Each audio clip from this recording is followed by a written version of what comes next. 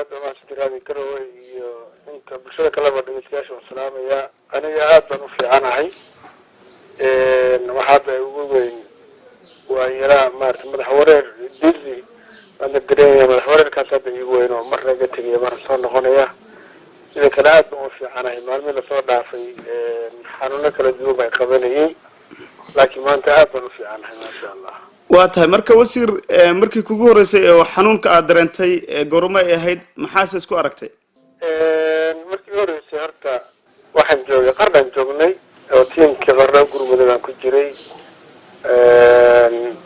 inta xanuun baan ugu dareemay wasiirada wada shaqeynay ayaguna markaas maaragtay aan xanuunka lagu sheegin laakiin xanuunsaday baa jiray marka waxa jiray walwala ah maadaama xanuunka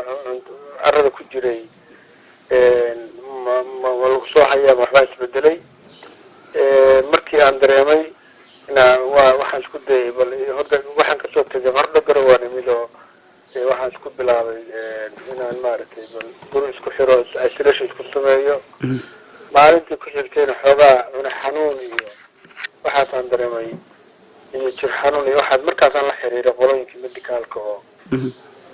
waxay soo direen tiimkii baaritaanka adiguna markii ku xigtayna dee waxay sheegeen inaan positive ahay saas hawshii ugu bilaabatay waan gartay marka wasiir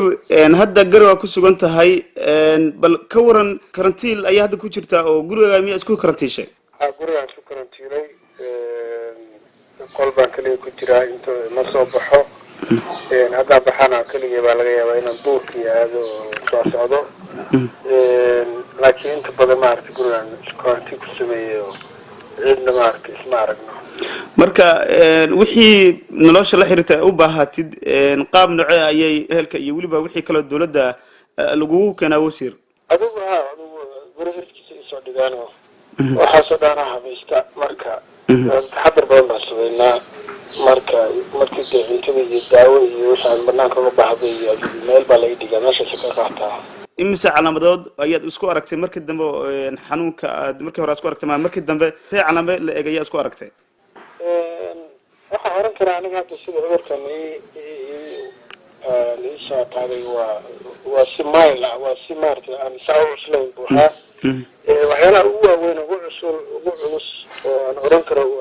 waa dareemay aniga waxaa ahayd qandho siyaadaha oo mar adigu 24 saac waqti ka yar aad ii haysay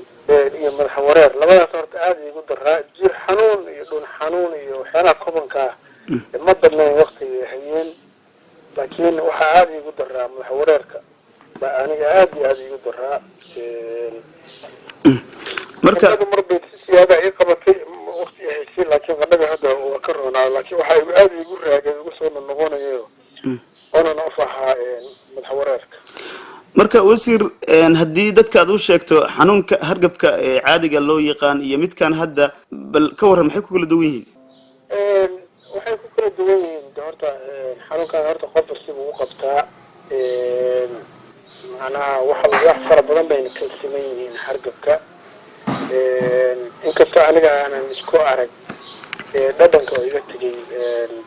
waxyaalaha uu gaarka la yahay ku mid tahay dadka inta badan ay dareemayeen iyo urka oo dadka ka taga laakiin maadaama hadda cudurkan waddanka ku badan yahay qofku wuxuu dareemayaa sidii hargabka oo kale dhun xanuun iyo jir xanuun iyo qufac iyo waxyaala noocaas oo kale ah midda ugu daran dhibta ugu daran uu geysana waxa weeyaan waa markuu dhinacaas mabada aado oo qofkii neefta uu neefsan waayo oo u baahdo saboorti oo mishiniya lagu xiro iskaydkaas waa meesha ugu daran laakiin waxyaalahan kale oo dhan way ka siman yihiin hargabka marka aniga dhinaca samabada iyo qufacay dhinaca iskuma arag laakiin waxa ugu weyn oo hadda aniga igu hayay waxa wali hadda igu dambeeya oo waa wareerkaas marka paracetamol iyo cabitaanadaas iyo waxyaalahaas kale baa u fiican dawooyin marka hadda lala tacaalayo ma qaadataa waxyaalahan dee iska kaalmaadka naturalka waxaan ma jirto kaliya waxaan qaataa paracetamolkan paracetamol intiisa laba qaybood oo paracetamol waxaa jiray marka maalmihii hore cunayay waxba iga tiri waayey waxaan kula talin lahaa baarasatamoolka dhinaca Yurub ka yimaada oo bokiska bluega wata aad u fiican yahay kii hore waxba iga tiri waayay ka dambe aad baan ugu liibaanay marka dadka Soomaaliyeed gaar ahaan bulshada reer Puntland qaarkood hadda ka dheedadag yihiin in xanuunku dalka uu ka jiro fariinta aad u soo jeedinayso waxaan u soo jeedinaa number 1 saada socotaan baa cudurkan wuxuu leeyahay ka hortag daawo ma lahan ka hortagaasina qofka waxa rabaa inuu si mas'uuliyad ku jirto oo u fahmo marka hore qofka soorta hadduu caafimaad qabo inuu gurigiisa u ekaado talooyinka caafimaadka iyo laamahaas maaragtay dawliga ay qaataan tan kalena waxay tahay qofka hadduu wax iska dareemo inuu isbaaro haddii lagu sheego marka jiradaas guriga isku xanimnaado isolation isku sameeyo qof jirada lagu sheegay ama shaki ka qaba hadduu dadkii soo dhex galo wuxuu ka qayb qaadanayaa laba arrimood oo dhibaato ah dhibaatada kooda waxay tahay wuxuu fidinayaa jiradii oo jirada waxa dhici karta inay iska socoto waqti dheer arrinta kale waxay tahay dad badan oo dhalinyaro ah dad badan oo xoog leh waxa dhici karta ayagu inay u arkaan wax iska sahlan oo hargab oo kale laakiin ay fidinayaan fiditaankaas uu asiibo qof waayeel ah ama qof xanuunsan oo adkaysan karin aakhirkana ay ku keento ama inay u dhintaan ama meel halis ay gaaraan marka wax qofka la saaran maanta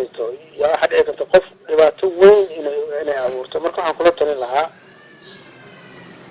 inay talooyinka caafimaadka qaataan inay mas'uuliyad ay dareemaan inay maaragtay gurigooda iyo goobaha loogu talagalayna ay maaragtay ay ku ekaadaan ilaa cudurkaas marka dambe laga oranayo jirkooda uu ka baxayna ay joogaan meesha dadkii hadda qaba jirada waxaan kula talin lahaa ogtahay inaysan just jiifinin inaysan socdaan inay cunto wanaagsan cunaan cuntooyinka wanaagsan la cunayo waxaa ugu roon mogtaa nafaqada leh khaasatan waxyaalaha miraha waddanka soo baxa bariiskii baastada hal isku daya oran lahaa laakiin haruurka iyo masagada iyo galleyda iyo digirta iyo hilibka iyo maraqa iyo qudaarta hala badsado sharaabka hala badsado